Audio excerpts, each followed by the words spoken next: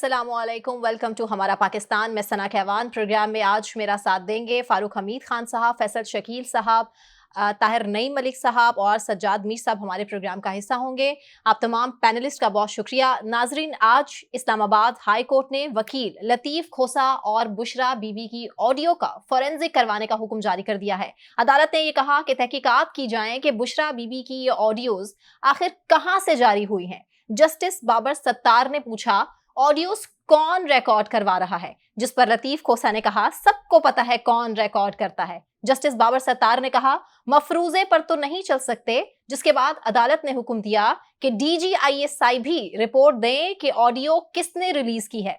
दूसरी जानिब आज साबिक चेयरमैन PTI ने 5 साल इलेक्शन कमीशन की नाअहली का फैसला लाहौर हाई कोर्ट में चैलेंज कर दिया है, जबकि DIG इन्वेस्टिगेशन इमरान किश्वर ने इंकशाफ किया कि चेयरमैन PTI 9 मई मुकदमात की तफ्तीश में कसूरवार पाए गए हैं। कौम हकीकत जानने से कासिर है। कुछ लोग इमरान खान को असर हाजिर का मुजीबुर रहमान भी करार दे रहे हैं, तो कहीं सबसे बड़ा दहशतगर्द भी इमरान खान को ही करार दिया जा रहा है। सवाल मेरा सबसे पहले फारूक हमीद खान साहब आप ही के सामने, ऑडियोज कहां से और कैसे रिकॉर्ड करवाई जाती हैं और लीक हो जाती हैं? बिस्मिल्लाह, बहुत शुक्रिया। देखिए, अगर आप समझें कि ये सिर्फ ऑडियोज और वीडियोस की रिकॉर्डिंग और ये सर्वेलेंस और ये टेप करना, ये तमाम चीजें, ये सिर्फ हमारी जो इंटेलिजेंस एजेंसीज हैं उनके पास इसकी काबिलियत है, लेकिन ऐसा नहीं है। अब आपके पास भी है, मेरे पास भी है। तमाम IT के जो हमारे एक्सपर्ट्स हैं पाकिस्तान में, पॉलिटिकल पार्टीज के जो IT सेल उन्होंने खोले हैं, उसमें जो यंग लोग हैं, highly qualified, highly trend in IT और ये तमाम टेक्नोलॉजी, इस तमाम चीज़ों में अब इतनी लेटेस्ट सॉफ्टवेयर आ गया है कि अब कोई भी किसी की ऑडियो और किसी की वीडियो जो है वो रिकॉर्ड कर सकता है उस टेक्नोलॉजी के तहत। तो ये तो कोई बड़ी बात नहीं है, लेकिन अब ये अच्छी है, डिफरेंट है कि उन्होंने कहा है कि असूलन तो यही होता है कि उसके पहले फोरेंसिक जो है वो एनालिसिस कराया जाए टू कंफर्म कि जनाब ये फैब्रिकेटेड तो नहीं है, डॉक्टर तो नहीं है। आपको पता है कि अब तो जब से PDM की गवर्नमेंट गई है, वो थोड़ा सा मैं देख रहा हूँ कि ठहराव आया है ये ऑडियोज और वीडियोज में। लेकिन पिछले साल तो अगर आपको याद है एक के बाद हर गुजरता दिन ऑडियो लीक से भरा रहता था। ऑडियोज और वीडियोज ने ऐसी भरमार की थी, ऐसा मीना बाजार लगा था, ऐसा जुमा बाजार लगा था उनका कि समझ नहीं आ रही थी कि हो क्या रहा है। एक हैकर भी इसमें फायदा उठा रहा था। सॉरी, क्या कह रहे हैं? एक हैकर भी इसका फायदा उठा रहा था।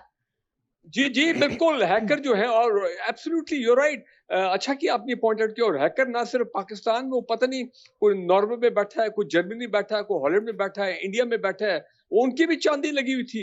उन्होंने कहा भाई पाकिस्तान में एक हंगामा मचा हुआ है, तो हम इस हंगामे को फर्दर जो है हम आग लगाएं पाकिस्तान में जो कुछ हो रहा है, ताकि इनके माशरे में, इनके ओवरऑल गवर्नेंस सिस्टम में, गवर्नमेंट के मामलात में, इदारों में ये सारा एक कैफियत पैदा हो।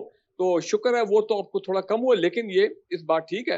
अगर एक प्राइवेट कॉन्वर्सेशन है बिटवीन बुशरा बीबी एंड लतीफ खोसा साहब, बिल्कुल अगर कोर्ट समझता है कि उसको इन्वेस्टिगेट कराना चाहिए तो बिल्कुल होना चाहिए। लेकिन मैं आपको ये बात बताऊं कि पिछले साल हमने ये जरूर देखा था कि इतनी ऑडियोज वीडियोज की भरमार हो गई थी कि अदलिया अमूमन अवॉइड करती थी कि जनाब उनको भी मालूम है कि ये क्या कुछ हो रहा है, कितना 2 नंबर काम इसमें हो रहा है। तो वो भी इस चीज में हाथ डालते हुए जरा घबराते थे, यूं कह लें। काम का निकलना कुछ नहीं है। लेकिन एक देखो ना, अभी मैं आपको बताऊं, एक आर्टिफिशियल इंटेलिजेंस वाला मामला आ गया। अभी 3-4 दिन पहले हमारे मोहतरम जनाब ये जावेद चौधरी साहब है, ये कल की बात है, उनकी एक वीडियो है। मैंने जब सुनी तो मैं बड़ा परेशान हुआ कि यार ये क्या बात कर रहे हैं। लेकिन जब उसके बाद लोगों ने बताया बिल्कुल प्रूफ के साथ, ओहो जनाब ये तो आप देखें ये डॉक्टर्ड है, आर्टिफिशियल इंटेलिजेंस इस्तेमाल की गई है। तो फिर जब गौर से देखा तो पता लगा हाँ भाई ये तो फैब्रिकेटेड है। तो frankly speaking, in a nutshell, मैं ऑडियोज और वीडियोस को अहमियत नहीं देता हूँ। शोल के तौर पे ठीक है, एक सोशल मीडिया पे शोल लगा हुआ है, एक हंगामा लगा हुआ है, ओ भाई ठीक है। लेकिन फारूक साहब, डिपेंड करता है कि किसकी ऑडियो और वीडियो लीक की जा रही है। ये जो दौर चल रहा है इसमें भी बड़ा मैटर करता है, बड़ा डिपेंड करता है इस चीज पर। ओहो, बात सुने, यहाँ तो अब मैं क्या कहूँ आपके प्रोग्राम में, यहाँ तो मामला बेडरूम तक पहुंच गया है। बेडरूम की ऑडियो वीडियो जो है वो लीक होती हैं। तो ये तो वैसे एक मैं आपको बात बताऊं, there has been a big moral degradation in our society, in our माशरा, जो हमने देखा है, कुछ अरसे से देख रहे हैं, जी। कि मेरा ख्याल है ये सूरत हाल पहले नहीं थी। अब मामला बहुत इतना बिगड़ गए हैं, हाँ जी। इतना बिगड़ गए, मुझे समझ नहीं आती ये हमारी यंग जनरेशन जो है, ये क्या सोचते होंगे।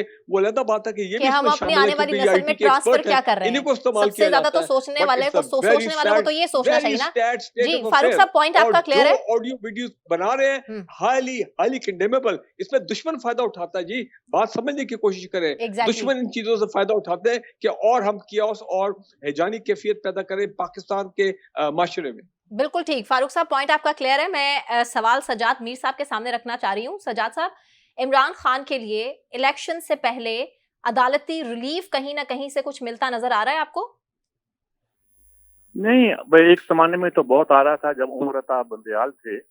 अब गालबन कुछ ऐसी सूरत-ए-हाल दिखाई नहीं देती हुँ, और ये नहीं मैं कहता कि उनके खिलाफ कोई घेरा तंग किया जा रहा है, बल्कि ये मैं लाज़मी कहता हूँ कि वो सारे केसेज़ जिनके बारे में शुरू से ये राय थी कि कानून की नज़र में ये पक्के केसेज़ हैं, तोशाखाना का केसेज़ हुँ, या ये कादर ट्रस्ट का केस, साइफर केस। साइफर का केस, इसके बारे में जैसे राय पाई जाती थी कि ये बहुत सख्त केसेज़ हैं, वो केसेज़ ओपन कर दिए गए हैं। हुँ, फॉरेन फंडिंग का केस और दूसरे केसेस वो ओपन कर दिए गए हैं और उनके बारे में अब कोई रूल रियायत नहीं बरती जा रही। यानी पहले कहा जा रहा था वो बहुत पॉपुलर है और ये है और आप उसके खिलाफ मुकदमे बना रहे हैं, उसको दीवार से लगा रहे हैं। तो बहुत से लोग कहते थे कि पॉपुलैरिटी का ये मतलब नहीं है किसी शख्स को इंसाफ ना दिया जाए। मतलब अगर उसने जुर्म किया है हुँ। तो इंसाफ के तराजू में उसे तोला जाए और अगर जुर्म नहीं किया तो उसे छोड़ दिया जाए। उसके खिलाफ सिर्फ इसलिए कि पॉपुलर है और वो आपके खिलाफ वोट लेके आ जाएगा लेकिन सज्जाद तो मीर साहब, खिलाफ आपको नहीं लगता कि आजकल इंसाफ के 2 तराजू हैं, 2 पैमाने हैं? एक के लिए इंसाफ देखिए है जो लाडले हैं, तो दूसरे के लिए इंसाफ नहीं है क्योंकि वो लाडले थे, अब नहीं हैं? ये लाडले का लफ्ज तो हमने इस्तेमाल करना शुरू कर दिया ना जी। हुँ, इमरान के मामले में मामला दूसरा है। हुँ, इमरान हुक्मरान रहा है और उसका कुछ इल्जामात हैं अच्छा। और वो इल्जामात उन इल्जामात से संगीन है जो पुराने हुक्मरानों पे लगाए गए थे। ये इल्जामात जो हैं जासूसी के भी हैं, गद्दारी के भी हैं, 200 से ज़ायद करप्शन के मुकद्दमात भी। हैं सबसे बढ़कर। हाँ, वो हुँ, सारे मुकदमात हैं। इनसे क्लियर होना चाहिए इमरान को। यानी जो उसकी इंटेग्रिटी और ऑनेस्टी का एक बात की जाती थी, जब तक वो इससे क्लियर नहीं होते, 9 मई से जब तक क्लियर नहीं होते, कोई चीज़ आगे नहीं बढ़ सकती। इसमें कोई शक की बात नहीं है और अगर उनका कोई कसूर नहीं है, तो फिर उनको ज़ाहिर है कि इलेक्शन में खुला हिस्सा लेने की इजाज़त देना चाहिए। लेकिन ये दलील करना कि वो चूँकि बहुत पॉपुलर हैं, उनको रोका जा रहा है, सिर्फ़ इस बुनियाद पर कि वो पॉपुलर हैं, उनके खिलाफ मुकदमा ना चलाया जाए, उनको गिरफ्तार ना किया जाए, पहले यही कहानी थी। वो ऐसी बात नहीं है अच्छा, जिसको उससे पॉपुलैरिटी आपका ये कहना है कि खत्म हो गई, कम हो गई, और यूँ कह लीजिए?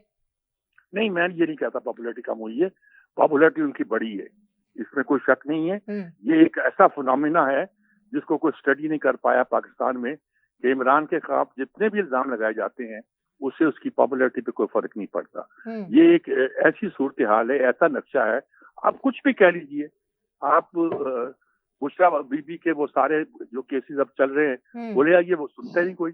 निकाह आप का कह मामला, लीजिए इद्दत कि का मामला, गैर अब शरई निकाह कुछ था कह उसका। लीजिए कुछ कह लीजिए। हुँ, अब आप ये कह लेंगे ये किसी की ऑडियो वीडियो लीक करना जो को न सुनना ये गैर अखलाकी है। हुँ, ये तो बिल्कुल ठीक बात है, गैर अखलाकी होती है, ये बिल्कुल कोई हुँ, शक नहीं है हुँ, और पाकिस्तान में इसका रवाज है। लेकिन ये बात है कि इनका मेरिट क्या है, हुँ। इस पे हम गुफ्तगू नहीं करें, हम कहेंगे भी छोड़ें ये बस। नहीं, क्या वजह है इस पर सज्जाद मीर साहब कि अवाम बड़ी मॉडर्न हो गई है, कोई फ़र्क नहीं पड़ता अवाम को, ये जो प्रोपेगेंडा नहीं है इसने भी किसी तरह से हिट नहीं मॉडर्न किया अवाम, क्या मसला है? अवाम क्या करना चाह रही है इस टाइम? मॉडर्न नहीं हुई जी, हुँ, अवाम जिसके पीछे लग जाए ना जी, फिर लग जाती है उसके पीछे, अच्छा, चाहे वो हिटलर ही क्यों ना हो।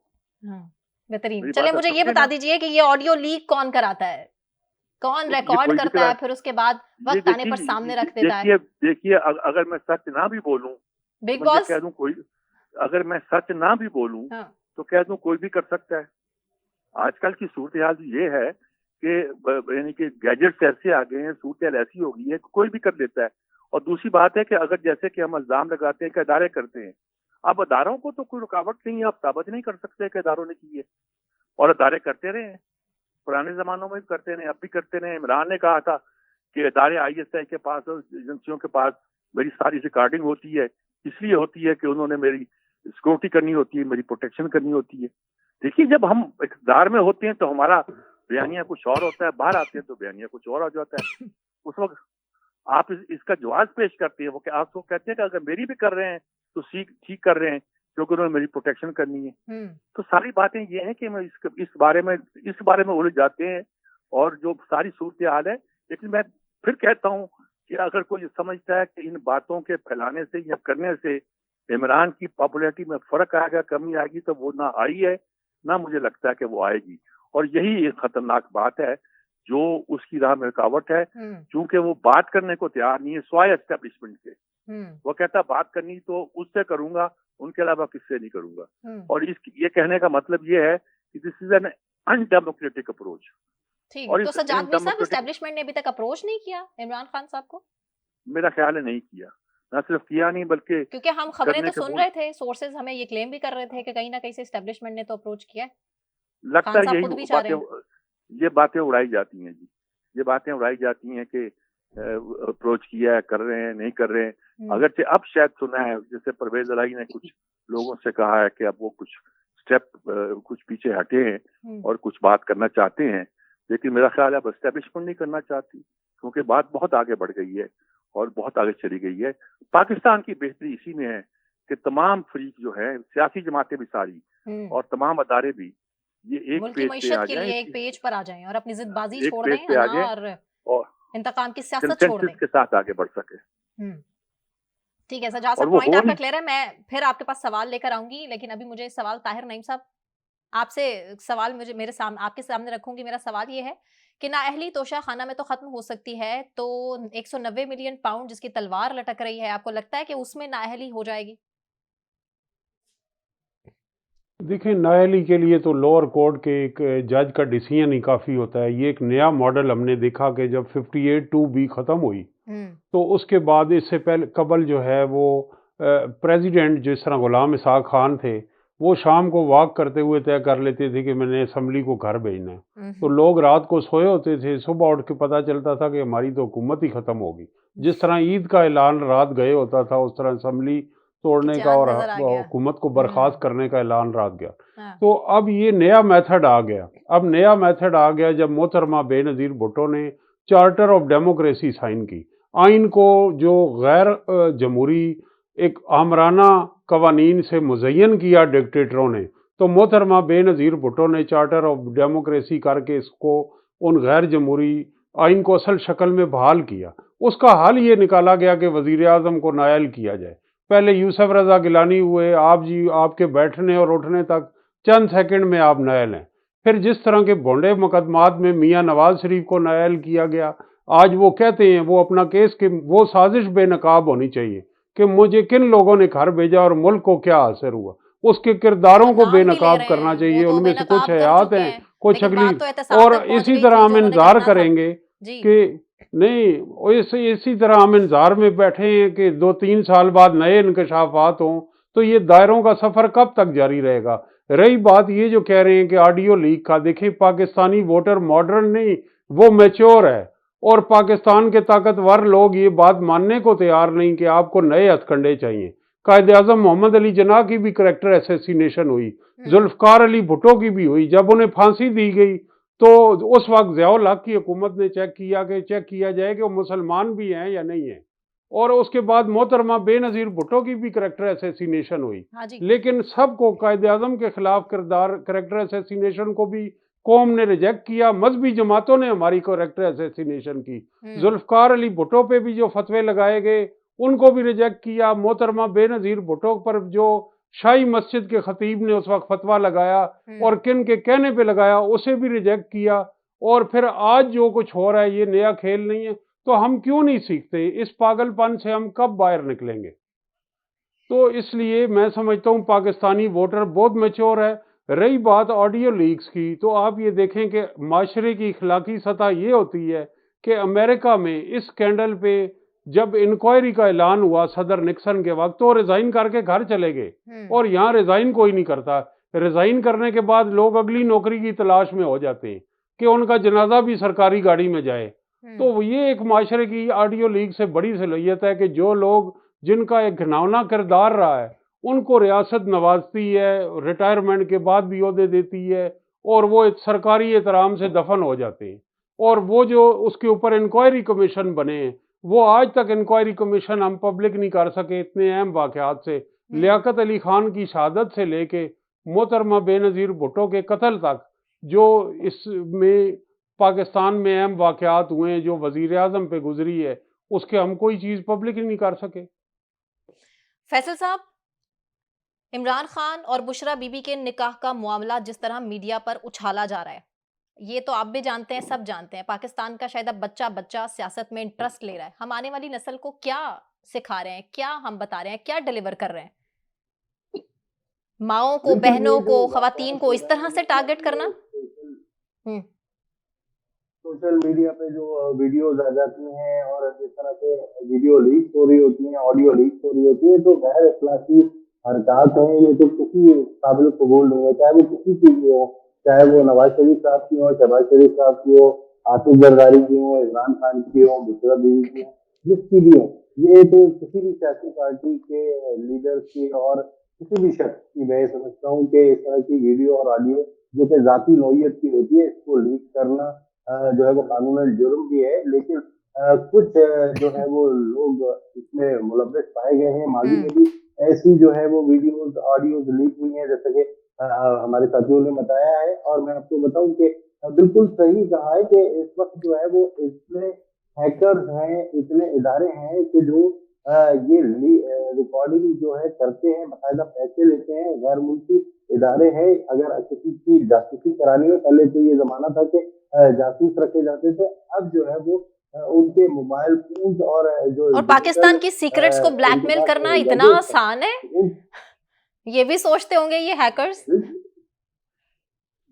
जी बिल्कुल, हाँ, इससे उनको माली फायदे भी होते हैं, दूसरा वो मुल्क को भी नुकसान पहुंचाना चाहते हैं, इसीलिए जो है वो ये सारे काम करते हैं। और ये हमारे कुछ जो सियासतदान हैं और कुछ सरगर्दा लोग हैं, वो उनकी खिदमात भी हासिल करते हैं। और अगर इस केस के बारे में तफ्तीश की गई और जैसे कि कोर्ट ने बुलाया और तहकीकात होगी, अगर हुई तो फिर हक़ाइक़ सामने आएंगे कि ये जो है वो किस तरह रिकॉर्डिंग हुई और किस तरह से लतीफ़ सूफा साहब की और बुशरा बीवी की ऑडियो सामने आई। तो ये गैर इखलाकी हरकत है, लेकिन यहाँ पर सियासत में तो किसी किस्म का कोई इखलाकियात। ठीक है फैसल साहब, पॉइंट आपका भी क्लियर है। सज्जाद मीर साहब, मुझे सिर्फ ये बता दीजिए, आज जो सियासी जमातें किसी सियासी जमात के ऑडियो और वीडियोस के लीक हो जाने के बाद बड़ी खुशियां मनाती दिखाई देती हैं और बड़ी कॉन्फिडेंट नजर आती हैं, कल को ये वक्त उन पर भी आ सकता है। तो ये ब्लेम गेम ही चलता रहेगा या कोई इसको फुल स्टॉप भी लगाएगा इसके आगे?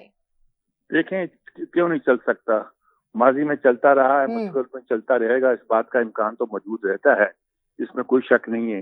लेकिन एक दूसरी बात भी है, ये जो कहा गया ना कि अभी उसके निक्सन के वो टेप करने पर उसको जाना पड़ा, टेप करने पे नहीं, ये तो सबको मालूम था कि वो टेप करता है।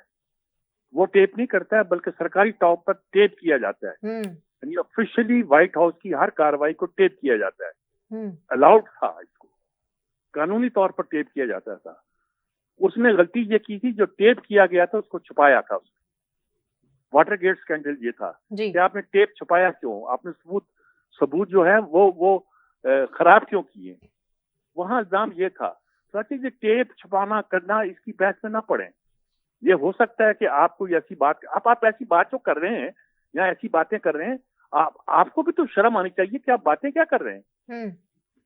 आप ये कह रहे हैं कि मैं खेलूंगा इससे, साइफर से, आपको भी शर्म आनी चाहिए। आप कहते हैं जी वो तो खैर मैंने कह दिया होगा, लेकिन मेरे टेप क्यों किया गया।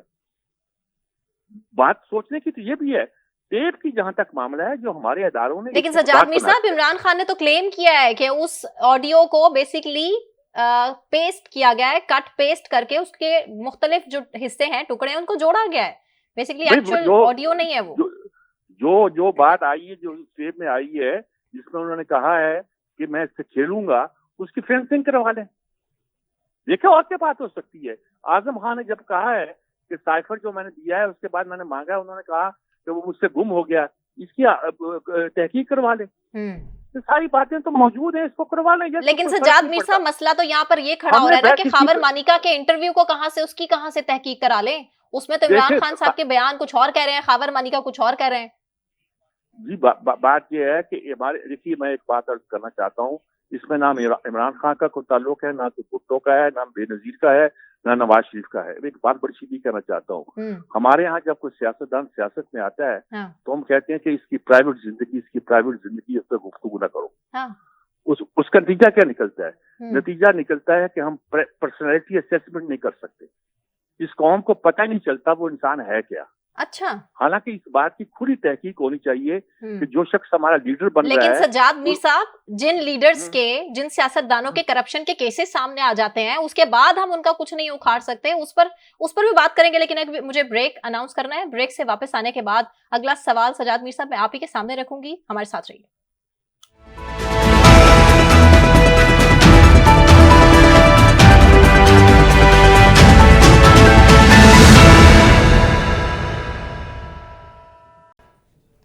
वेलकम बैक नाजरीन। मुझ पर करप्शन का कोई दाग नहीं है, ये मैं नहीं, बिलावल भुट्टो जरदारी साहब कह रहे हैं। और वर्कर्स कन्वेंशन से खिताब करते वक्त उन्होंने ये भी कहा कि मैं अपनी नहीं बल्कि आवाम की जेब भरना चाहता हूँ, क्योंकि आवाम के कदमों के नीचे सियासी जन्नत है। ये बिलावल भुट्टो जरदारी की स्टेटमेंट्स हैं जो कि मैं आपके सामने रख रही हूँ। लेकिन उन्होंने साथ ही साथ ये भी कहा, लेकिन सियासत को इख्तलाफ राय के बजाय सियासी दुश्मनी तक पहुँचा दिया गया, जबकि नून लीग और नवाज शरीफ इलेक्शन में दोहरी अक्सरियत के दावों के बाद अब रिलीफ के दावे भी कर रहे हैं। लेकिन सियासी मैदान में तमाम जमातें इस वक्त खुद को सियासी यतीम समझकर आवाम में उतर रही हैं। बिलावल भुट्टो जरदारी ने रोटी, कपड़ा और मकान के बाद आज लोगों की जेबें भरने की बात भी कर दी है, और उन्होंने कहा है कि आवाम के कदमों के नीचे सियासी जन्नत है, और अब देखना यह है कि सियासी जन्नत उन्हें मिल भी पाएगी या नहीं। फारूक हमीद साहब, बिलावल साहब आखिर ये इस तरह की डेस्परेट स्टेटमेंट्स देने पर क्यों मजबूर हो चुके हैं? देखिए जनाब, चंद दिनों बाद इलेक्शन शेड्यूल आने वाला है और तकरीबन 2 महीने रह गए आपके इलेक्शन में। 8 फरवरी को होपफुली इंशाल्लाह। तो इस वक्त जारी बात है, जितने सब्ज बाग दिखाने हैं ये उसी का तो टाइम है। तो देखते जाएं, सुनते जाएं और शर्माते जाएं। हाँ, और दुआ करते जाएं कि अल्लाह ताला वाकई इनको हिम्मत दे कि जब ये पावर में आए तो ये वो इम्प्लीमेंट कर सकें अपने जो इन्होंने बड़े बुलंद वादे जो हैं वो किए थे। हाँ, अगर आपकी जेबें ऑलरेडी भरी हुई हैं तो मतलब अभी भी कोई करप्शन का आपको है, कोई रह गया कि आपके कह रहे हैं मेरे मुझ पर करप्शन का कोई दाग नहीं है। मतलब कि फारूक साहब रोशनी डालें इनकी स्टेटमेंट पे कि कोई बाकी रह गई है, कोई करप्शन की कसर। देखिए मेरी बात सुने, वैसे लॉजिकली, टेक्निकली, लीगली वो ठीक कर रहे हैं। हाँ। बिलावल भुट्टो जरदारी के ऊपर इस वक्त जब से वो पॉलिटिक्स में आए हैं, member of the national assembly में रहे हैं, तो करप्शन का कोई डायरेक्ट इल्जाम मुझे नहीं पता कोई केस उनके ऊपर बना हो। बस वो 35 ममालिक के दौरे थे फारूक साहब, जो मुख्तलिफ ममालिक में उन्होंने किए, उसमें सिर्फ 1 अरब से जायद का खर्चा आ गया था। 35-40 दौरे किए थे, वो तो मेरे ख्याल से करप्शन में थोड़ी आएगा, वो तो आवाम के खून पसीने की कमाई थी। नहीं, देखिए बात यह है कि वो तो उनके ड्यूटी के जिम्मे में आती है कि जनाब मैं तो ये एक जितनी वो फॉरेन ट्रिप्स हुए हैं सरकार के खर्चे पे हुए, जारी तो बात है। उन फॉरेन ट्रिप्स में से निकला क्या फारूक साहब? उसमें से क्या निकला? कौन से डिप्लोमेटिक रिलेशन हम लोगों के स्ट्रांग हो गए? कोई मुल्क नहीं पूछ रहा। ये देखें, जरदारी साहब ने भी कहा अपने एक इंटरव्यू में हामिद मीर साहब के कि इनकी अच्छी भली ट्रेनिंग हो रही है, ऑन द जॉब ट्रेनिंग इसको बोलते हैं, और अभी ये सीख रहे हैं, तो अच्छी बात है ना। अभी इनकी he has a long time ahead in politics. वो सीख भी रहे हैं, उसके पैसे भी आवाम दे रहे हैं, मतलब उनको सिखाने के पैसे भी आवाम ही दे रही है। भाई ये तो वही बात है। आज मैं देख रहा था मोहतरम नवाज शरीफ साहब पता नहीं कहाँ से वो आ रहे थे, बल्कि चंद दिनों से हम देख रहे हैं जब से वापस आए हैं, उनका प्रोटोकॉल आप देखें। प्रोटोकॉल बेशक वो 3 दफा एक साबिक प्राइम मिनिस्टर रहे हैं, लेकिन आप उनको गाड़ियों को प्रोटोकॉल दे लें, कोई 15 बोलता है, कोई 16 बोलता है। तो लिहाजा ये प्रोटोकॉल और ये तमाम चीजें हमारे पॉलिटिकल कल्चर का जो है ये हिस्सा है। और अभी तक देख लें कि वो एक दौर था, हमने वो दौर भी देखा स्विस केसेस का, अपना इनकी फैमिली के सीनियर मेंबर्स का स्विस केसेस का, वो फिर बाद में केसेस भी वो भी खत्म हो गई, अपनी मौत मर गए वो तमाम cases. So the point is, देखिए करप्शन की बात ना किया करें। मैं समझता हूं मनी ट्रेल गायब हो जाती है ना उसमें का कहना कि जी फलां करप्ट है, भाई इसको छोड़ दें। अगर करप्ट है तो होने दें, जब तक लोगों का काम चल रहा है, बाहर से फॉरेन लोन्स आ रहे हैं। आज मैं बड़ा खुश हुआ पढ़ के कि जनाब millions of dollar, hundreds of millions of dollar जनाब Asian development bank, world bank और ये जहाँ से डॉलर में कर्जे आ रहे हैं। तो बाई मेक है वाइल द सन शाइन्स, जो भी अगली हुकूमत में आएगा 8 फरवरी के बाद, plenty I am sure foreign exchange reserve की पोजीशन अच्छी होगी। ये SIF सीनियर केयर टेकर ने इकोनॉमी के हालात भी उस वक्त तक और बेहतर कर दिए होंगे। तो ठीक है भाई, लेट देम एंजॉय, प्रोटोकॉल भी होगा, पैसा भी होगा, खर्च करें, एंजॉय करें। अल्लाह करे कि आवाम की भी कुछ सूरत हाल, उनके हालात भी कुछ थोड़े बेहतर हो जाए। लेकिन एक मैं बात क्विकली कहना चाह रहा हूँ, देखें पिछले सेगमेंट में ऑडियोज वीडियोज जो हैं ये अब पाकिस्तान की पॉलिटिकल कल्चर में they can now be used as a political tool by the political parties. और मेरा ख्याल है कि हर पॉलिटिकल पार्टी ने अब अपनी इन्वेंटरी बना ली है और सिलेक्टेड ऑडियोज एंड वीडियोज की, जो कि वो इस्तेमाल करेंगे एट द टाइम। अब तो जजेस की भी ऑडियोज वीडियोज बनती हैं। मैं एग्जांपल तो नहीं देना चाहता हूँ, आप सबको पता है, शायद आज भी उसका जिक्र हुआ था कोर्ट हेयरिंग में। अब पॉलिटिकल पार्टी समझ गई हैं कि भाई ऑडियो वीडियो से बहुत फायदा उठाया जा सकता है। और सिटिंग लोग हों या और अपना इंपॉर्टेंट पोजीशन पे लोग बैठे हों, तो ये तो कल्चर का हिस्सा बन चुका है और इसको आप रोक नहीं सकते, ये तो चलता रहेगा मामला। ठीक, ताहिर नईम साहब, मुझे सिर्फ ये बता दीजिए कि नवाज शरीफ साहब को अल अजीज़िया केस में रिलीफ मिल जाएगा, क्योंकि अदालत तो मेरिट की बात कर रही है, लेकिन नवाज शरीफ ने ये मामला छोड़ दिया खुदा पर। तो आपको क्या लगता है जीत किसकी होगी? पहली बात तो ये मैं कमेंट करूंगा जो फारूक हमीद साहब ने कहा कि पॉलिटिकल पार्टीज इसे यूज कर रही है वीडियोस को। हाँ जी, हाँ, तो ये जो पॉलिटिकल पार्टीज विक्टिम है वन वे और अदर, जितनी भी वीडियोस आ रही हैं वो पॉलिटिकल पार्टीज के अगेंस्ट आ रही हैं और किसी तबके के खिलाफ नहीं आ रही जो पॉलिटिकल पार्टी से ज्यादा ताकतवर हैं। तो वो बात नहीं कर सकते। दूसरी जो बात आप कह रहे हैं रिलीफ मिल जाएगा, आप उनकी बात भी नहीं कर सकते।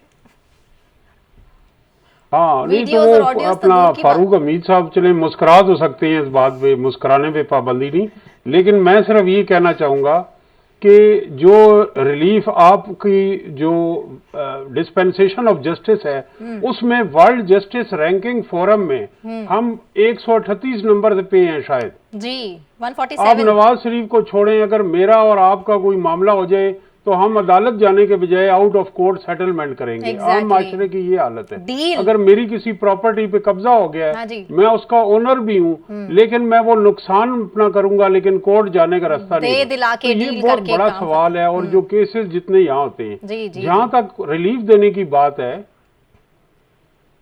तो रिलीफ मिल जाता है कि अब अगर नजर करम हो और कबूलियत की घड़ी आन पहुंचे तो फिर रिलीफ जो है वो फौरी इंस्टेंट रिलीफ हो जाता है यहाँ पे। तो ये ऐसा कोई तो आपने टेबल टर्न कर रहे हैं जिस तरह मियां नवाज शरीफ वापस आए हैं, एक सिटिंग एम्बेसडर उन्हें बयानिए के ऊपर लेक्चर दे रहे थे और यहाँ जिस तरह रिसीव, तो ये तो चंद सिर्फ होते हैं कि ऑप्टिक्स ऐसे होते हैं कि जिससे आपको पता चल जाता है कि रिलीफ जो है वो सरापा इंस्टेंट रिलीफ बन चुका है। और जो फारूक हमीद साहब ने एक फिक्रा कहा कि वो जी स्विस केसेस किधर गए, ये कहना भूल गए कि जनरल मुशर्रफ ने वो केसेस खत्म किए और ये आज तो सारे लोग आगे उसमें शरीक थे कि वो उन्होंने कहा हाँ ठीक है जी, ऊपर से ऑर्डर आया है, खत्म करने केसेस खत्म करने, शुरू करने तो ऐलान कह देते हैं नहीं जी हम तो गिरफ्तार करने आए ही नहीं है। इस तरह है कि हम निजाम जो है उसको हम नहीं बता रहे कि निजाम ये है कि अगर आप निजाम में फेवरेट हैं, अब उनको साथ जो मियां नवाज शरीफ के को जो सजा दी गई, जो JIT बनाई गई, जो सुप्रीम कोर्ट के कहने के ऊपर नीचे लोअर कोर्ट ने, हाई कोर्ट और उन्होंने मॉनिटरिंग की, अब वो अपने डिसीजंस में आप देखिएगा कि वहां किस तरह के फैसले, हमें तो उम्मीद है तो उनको भी, अगर इतने वो साबिक वजीर आजम रहे हैं, उनके साथ जो केसेस हैं वो फेयर ट्रायल पे मबनी नहीं थे और फिर अब जो रिलीफ मिल रहा है वो भी इस वजह से नहीं मिल रहा। मैं तो समझूंगा कि एक इंक्वायरी होनी चाहिए कि क्यों वजीर आजम जो सबसे ताकतवर एक पाकिस्तान के आइन में सिस्टम में है, उसको मक्खन में बाल की तरह निकाल के आप बाहर फेंकते हैं। 2017 में उनकी हुकूमत ख़त्म की गई, उनके खिलाफ कंपेन्स हुई और बहुत सारी खबरें ऐसी चलाई गई, बहुत सारे ऐसे नैब ने प्रेस रिलीज दिए कि उनका इंडिया में कारोबार है, अगले दिन सॉरी की। इन चीज़ों का कौन एहतसाब करेगा? जो उनकी करैक्टर असैसिनेशन हुई, जो उनको मोदी का यार बताया गया, और अब वही लोग जो ये इल्जाम लगाते थे तजियाकार, अब उनकी सिफात बयान कर रहे हैं। उनको नया स्क्रिप्ट मिल गया तो ये सब चीज़ें जो निज़ाम है, इस निज़ाम के अंदर रिलीफ ना मुकदमात इंसाफ पे चलते हैं, ये माशरा इंतकाम पे खड़ा है। माशरे को अदल और इंसाफ की ज़रूरत होती है, लेकिन हम इसे इंतकाम पे चला रहे हैं। फैसल शकील साहब, बिलावल भुट्टो जरदारी सियासी जन्नत की बात कर रहे हैं जो कि अवाम के कदमों तले है। रिटर्न में अवाम क्या देने वाली है इलेक्शन में? बिलावल भुट्टो जरदारी को इस ख्वाब से जाग जाना चाहिए, आपको नहीं लगता? देखिए, बिलावल भुट्टो जरदारी साहब ने आज एक बड़ी अहम और साफ बात कही है कि उनके हाथ साफ हैं, सिर्फ उनके हाथ साफ हैं, बाकी सबके हाथ जो है वो रंगे हुए हैं मुख्तलिफ करप्शन में, मुख्तलिफ चीज़ों में, लेकिन उनके हाथ जो है वो साफ है। और वो ये कह रहे हैं कि गालम गलोच की सियासत जो है वो खत्म होनी चाहिए, टिकटॉक की सियासत खत्म होनी चाहिए। इसके अलावा उनका ये भी कहना है कि जो गेट नंबर 4 की तरफ निगाहें लगाते हैं, मैं तो सिर्फ और सिर्फ आवाम की तरफ देख रहा हूँ। लेकिन फैसल साहब, कुछ समझ नहीं आई आवाम को भी, ये टिकटॉक की सियासत कौन कर रहा है? गालिबन जो मैं समझ पा रही हूँ, शायद वही आप जरा सामने रखिएगा हकीकत, टिकटॉक की सियासत कौन कर रहा है? देखिए, आप तो काफी समझदार हैं, आप समझ गई हैं तो यही काफी है। आप मुझे क्यों बताना चाहती हैं? नहीं, मैं चाह रही हूँ अवाम के सामने जरा खुलकर एक्सप्लेन कर देना, क्योंकि अवाम भी कहीं ना कहीं शकूक व शुबात में रहेगी कि ये टिकटॉक पे कौन सियासत कर रहा है। आजकल जो चल रहा है सोशल मीडिया पे, टिकटॉक पे, जिन लोगों के चल रहे हैं और जिन लोगों के निकाले जा रहे हैं, और जो अभी हम बात कर रहे थे कि जिस तरह की वीडियोज आ रही हैं, इनका इशारा सिर्फ उस तरफ था। और मैं आपको बताऊं कि आज बिलावल भुट्टो जरदारी ने जो अहम चीजें बोली हैं, उन्होंने जो ये बोला है कि मेरे हाथ साफ है, सिर्फ उन्होंने अपनी बात की, अपनी पार्टी की बात नहीं की है, सच बोला है। और अपने वालिद की बात तो बिल्कुल नहीं की। हाँ बिल्कुल, ये बिलावल भुट्टो की सच्ची बात है कि उनके हाथ साफ है, इसलिए कि उन्होंने कुछ किया ही नहीं है। अगर वो कुछ करते तो फिर उनके हाथ भी रंगे हुए थे, लेकिन उनकी पार्टी ने जिस तरह से किया है और कर रही है, ये तो सब जानते हैं कि बेदरीग पैसे का इस्तेमाल हो रहा है। सिंध में बात करने, पाकिस्तान में बात करने लोग जो है वो टूट टूट के क्यों जा रहे हैं, क्यों आ रहे हैं, ये तमाम चीजें जो है वो सियासत में दिख रही है। बिलावल भुट्टो वही जो है आज अपने जलसे में चीजें बता रहे थे जो मैंने देखा कि यूथ कार्ड देंगे। उन्होंने नौजवानों को राग़िब करते हुए कहा सबसे पहले कि मैं यूथ कार्ड आपको बना के दूंगा। उसके अलावा फिर उन्होंने कहा कि तनख्वाहें दुगनी कर दूंगा, सबको रोजगार दूंगा, वोकेशनल ट्रेनिंग सेंटर बनाऊंगा। इसके अलावा 5 साल के अंदर उन्होंने कहा सिर्फ मेरे पास प्लान है मुल्क को जो है वो ऊपर ले जाने का। और उन्होंने ये भी कहा कि मैं जो है वो ये चाहता हूँ कि हमारे जो नौजवान हैं, बेरोजगार हैं, उन्हें यूरोप, अमेरिका, जापान और चीन में रोजगार दिलाऊं। ये तमाम चीजें कहा। और खवातीन को मुखातिब करते हुए कहा उन्होंने कि मैं आपका बच्चा हूँ, आपकी औलाद हूँ और मैं आपका बड़ा ख्याल रखूंगा। आप अपने घर वालों को जो है वो मेरा मंशूर बताएं। सबको जमीन दूंगा, सबको मकान दूंगा, सबको नौकरियां दूंगा और तमाम मसाइल हल कर दूंगा, सिर्फ मुझे आप इख्तिदार में ले आए। तो बिलावल भुट्टो जरदारी जो है वो अपनी कैंपेन चला रहे हैं और उन्हें जो है वो ये है कि किसी तरह जो है वो मैं आ जाऊं, फोकस हो जाऊं। लेकिन ये तमाम चीजें अब गुजर चुकी हैं। जिन्हें फोकस करना था, जिन्हें जो है वो रास्ता दिखाना था, जिन्हें कुर्सी पे बिठाना था, उनसे वादे हो गए, उनके लिए जो है वो तमाम काम हो रहे हैं। लेकिन अब बिलावल भुट्टो जरदारी जो है वो सिंध तक ही मुझे लगता ये है कि वो महदूद रहेंगे और वहीं तक जो है वो हुकूमत बना सकेंगे। लेकिन फैसल शकील साहब, जी फारूक साहब कुछ ऐड करना चाह रहे हैं। जी फारूक साहब। देखें, आज अभी आप अल जजीरा केस की बात कर रहे थे। आज मुझे बड़ी खुशी हुई जब मैंने ये खबर पढ़ी और सुनी कि जनाब मौजूद अदालत ने कहा है कि इस केस का फैसला जो है वो मेरिट पे इसको सुना जाएगा। तो मैंने ये मेरिट का लफ्ज जो है ना, ये मैंने बड़े अरसे के बाद ये मीडिया के ऊपर सुना है, खासकर हमारे लीगल सिस्टम के हवाले से। तो हम तो हमेशा कहते हैं भी हर चीज मेरिट पे होनी चाहिए, नंबर एक। दूसरी बात, हमारे दोस्त सही फरमा रहे हैं कि स्विस केसेस खत्म हुआ, बिल्कुल वो एनआरओ था और वो एनआरओ था फॉरेन स्पॉन्सर्ड एनआरओ था और बिल्कुल कंडेमेबल है ये एनआरओ। लेकिन अफसोस की बात यह कि पाकिस्तान के पॉलिटिकल कल्चर में अब एनआरओ जो है उनकी एक बड़ी इंपॉर्टेंट हैसियत एस्टैब्लिश उनकी हो गई है। चाहे लोग उनको, रूलर्स उनको एनआरओ दें, चाहे वो अपने डील हो, चाहे फिर वो खुद अपने आप को पार्लियामेंट में आके एनआरओ दें। तो ये एनआरओ का जो कल्चर है, ये जिस तरह मैंने कहा, ये ऑडियो वीडियो के साथ ये भी एक नया कल्चर आ गया। और तीसरी बात ये है, याद रखें पाकिस्तान के पॉलिटिकल कल्चर में सोशल मीडिया का बड़ा अहम रोल रहेगा। चाहे वो टिकटॉक हो, चाहे वो और बाकी ऐसे एप्लीकेशंस हो, आप इससे कोई निजात जो है वो हासिल छुटकारा नहीं ले सकता। चले फारूक साहब, आपने सपोर्ट कर दिया सोशल मीडिया को, ये तो अच्छी बात है, खुशाइन बात है। हो सकता है सोशल मीडिया पर आप ही की स्टेटमेंट को बहुत ज्यादा जो है वो सपोर्ट मिल जाए, लेकिन हो सकता है आने वाले टाइम में यही सोशल मीडिया पर पाबंदी भी लगा दी जाए, क्योंकि हमने पाकिस्तान में तो यही होते देखा है। कुछ पता नहीं चलता आने वाले टाइम में कब, कैसे, कहां, किस पर पाबंदी लगा दी जाए। मुझे ब्रेक अनाउंस करनी है फारूक साहब। अगला सवाल लेके मैं सबसे पहले आप ही की जानिब आऊंगी, लेकिन ब्रेक से वापस आने के बाद दहशतगर्दी को डिस्कस करेंगे। हमारे साथ रहिए।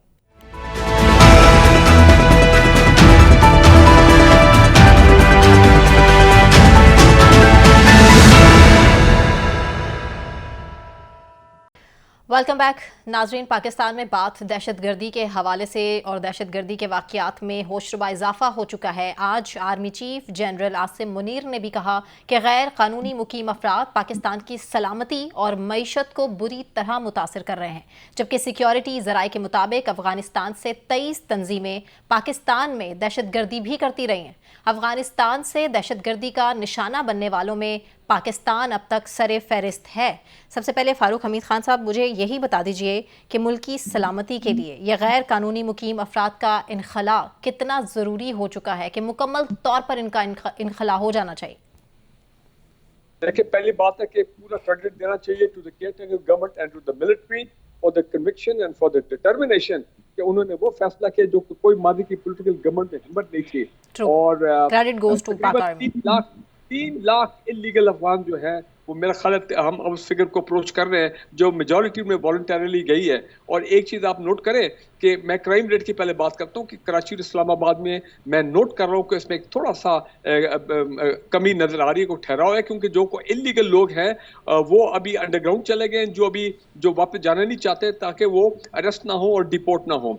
तो ये, और दूसरी बात है कि दहशतगर्दी में यस केपी में और बलूचिस्तान में वो अभी वेव आती है उनकी, लेकिन बिल्कुल उस पर कुर्बानियां भी दी जा रही है फौजी और हमारी तमाम इंटेलिजेंस एजेंसी जो है उनका मुकाबला कर रहे हैं। अब मैं जो बात करने लगूं उसको जरा गौर से सुने। देखिए जी, बात ये कि कल भी हम काफी हमारे सीनियर मीडिया के हम लोग बैठे थे एक जगह, एक पाकिस्तान फोरम है, वहां पे डिस्कशन कर रहे थे। तो इलेक्शन में रह गए 2 महीने और पाकिस्तान के दुश्मनों की कोशिश होगी कि वो इस अच्छे प्रोसेस को डिसरप्ट करे ताकि मुल्क में कियोस हो। ठीक है ना जी, हमने उस पे बिल्कुल, इदारे तो सारे काम कर रहे हैं, अलर्ट हैं, अपना इंटेलिजेंस एजेंसी सब। मैं समझता हूँ पॉलिटिकल पार्टीज को सोचना चाहिए कि भाई वो जो पुराना दौर था कि रैलीज हो रही हैं और जनाब जलसे हो रहे हैं, कॉर्नर मीटिंग्स हो रहे हैं, और भाई जब ऐसा इन्वायरमेंट हो कि दुश्मन को हम खाम का क्यों प्लेट पे कोई मौका दें, तो इस दफा आप थोड़ा चेंज करें हालात। मौलाना साहब तो चेंज हो गए, मौलाना साहब तो बैकफुट पर चले गए कि नहीं चलाई जा सकती इंतखाबी मुहिम ऐसे हालात में। करें, टीवी पॉलिटिकल लीडर्स टीवी पे आए, वहां पे डिबेट हो, सोशल मीडिया पे आए, प्रेस कॉन्फ्रेंसेस करें, अपने एजेंडा जो अपने मैनिफेस्टो लोगों तक पहुंचाए, लोग सुनना भी चाहेंगे उनको। तो ये 27 दिसंबर 2007 को क्या हुआ था, मोहतरमा बेनजीर भुट्टो को कैसे उन्होंने शहीद किया था, वो भी एक इलेक्शन से पहले अपना लियाकत बाग रावलपिंडी में जलसा करके निकली थी। सो माय पॉइंट इज कि थोड़ा सा हमें भी अब अपने माइंडसेट को चेंज करना चाहिए कि भाई ये वो पुराना दौर था, अब क्या करें। सब कॉन्टिनेंट में ये जलसा जुलूस रैलियां जो है ये हमारे पॉलिटिकल कल्चर का हिस्सा बना जाने नहीं छोड़ता। तो we have to be careful also. वो तो ठीक है फारूक साहब, लेकिन जिस दिन इलेक्शन होगा 8 फरवरी को, जब इलेक्शन होगा तब पोलिंग स्टेशंस पर बहुत बड़ी तादाद में लोग भी तो जाएंगे, तब सिक्योरिटी को किस तरह से यकीनी बनाया जा सकेगा, ये भी तो एक बड़ा चैलेंज है। नहीं, यू आर राइट। 2013 में भी और 2018 में, 2013 में फौज और रेंजर्स बिल्कुल पोलिंग स्टेशन के बिल्कुल उन्होंने कंट्रोल संभाला था और अंदर बहुत बेदर्दी से वो रिगिंग और वो तमाम चीजें मूवमेंट भी चली। उसके बाद 2018 में अभी भी मीडिया तस्वीरें दिखाता है पोलिंग करते हुए 2018 में फौज अंदर खड़ी हुई थी। ठीक है ना जी, और मैं समझता हूँ कोई ज्यादा सिक्योरिटी का इक्का दुक्का कई वाकयात हुए outside the polling station. So big responsibility on the caretaker government कि अभी 3.25 लाख सिक्योरिटी इलेक्शन ने मांगे हैं। अब गवर्नमेंट क्या रिस्पांस होता है, होपफुली कोई ना कोई वो तरीका निकालेंगे कि border things will settle down. ठीक, फारूक साहब पॉइंट आपका क्लियर है। सिक्योरिटी एजेंसीज और इंटेलिजेंस एजेंसीज का बड़ा रोल होगा 8 फरवरी को इलेक्शन वाले दिन। बिल्कुल ठीक, ताहिर साहब, गैर कानूनी मुकीम अफराद को निकालने में आपको लगता है कि हुकूमत और अस्करी इदारे कामयाब हो जाएंगे? इंशाल्लाह कामयाब हो जाएंगे। इंशाल्लाह। मैं समझता हूं कि मौजूदा आर्मी चीफ की जितनी इस वक्त क्लियर अफगान पॉलिसी है, माजी में नहीं रही। माजी की गलत अफगान पॉलिसियों ने हमें इस धाने नहज पे पर आ पहुंचा खड़ा दिया। किया है, जिसमें पिछले 3 माह में हमारे 2000 से जायद हमारे जवान, सीनियर ऑफिसर और आम शहरी जो हैं वो शहीद हुए हैं और एक पूरी वेव आई है। तो अब हम जंग तो नहीं करती जो कौमें हिकमत वाली होती हैं, तदब्बर वाली। तो उन्होंने क्या किया कि उन्होंने स्मगलिंग की रोकथाम की, उन्होंने जो गैर कानूनी लोग हैं उन्हें वहां से निकाला और पाकिस्तान की जो फेंसिंग का अमल बॉर्डर का जारी था जो माजी में भी, उसको तेज तरीन बनाया और डॉक्यूमेंट किया। इन इकदामात से उन वाकयात में कमी आई है, लेकिन एक क्लैरिटी हमें दिखाई दे रही है कि हमारी अफगान पॉलिसी क्या होगी और इस अमल में हमारी रियासत मजबूत हो रही है, माशी तौर पे और जोग्राफियाई तौर पे। और ये जो मजबूती का अमल है, ये 1979 में जनरल ज़ियाउल हक और हमीद गुल से जो वक्त शुरू हुआ कि इंसार और माजरीन बन गए हैं और हम या कोई मजहबी जंग मुकद्दस लड़ रहे हैं, इस सोच से निकल के अमली इकदाम जो है हाफिज मुनीर साहब ने उठाया है। इस सोच को शिकस्त दी। जो लोग हमें रोल मॉडल बना रहे थे कि वो तालिबान आपके रोल मॉडल हैं जो काबुल यूनिवर्सिटी में खवातीन के लिए दरवाजे बंद कर रहे हैं, जो इंसानी हकूक की पामाली को मसला नहीं समझते, उन्हें यहाँ मीडिया में और हमारे इदारों में लोगों ने रोल मॉडल सियासी जमातों ने बना के पेश हो गया। तो अब वक्त आ गया कि पाकिस्तान एक करेक्टिव मैयर ले रहा है और पाकिस्तान की अफगान पॉलिसी क्लियर है, डिफाइंड है। ठीक, ताहिर साहब पॉइंट आपका क्लियर है। फैसल साहब मुझे ये बता दीजिए, दहशतगर्दी में अफगानिस्तान ने पाकिस्तान को अभी तक किस कदर नुकसान पहुंचाया? जी, बेइंतहा नुकसान पहुंचाया है पाकिस्तान को, पाकिस्तानी अफवाज को, पाकिस्तानियों को। उनकी जानों पे हमले किए हैं, उनकी मईशत पे हमले किए हैं। यहाँ पर जो गैर कानूनी तारकीन वतन है, कल्चर इंट्रोड्यूस कराया पाकिस्तान में। बिल्कुल, क्लाशनकोफ, हेरोइन, ये सब कहाँ से आया? अफगानिस्तान से यहाँ पर आया है। और आपको मैं बताऊं कि अब ये जो आर्मी चीफ ने स्टैंड लिया है और ये काम कर रहे हैं, बेहतरीन काम है।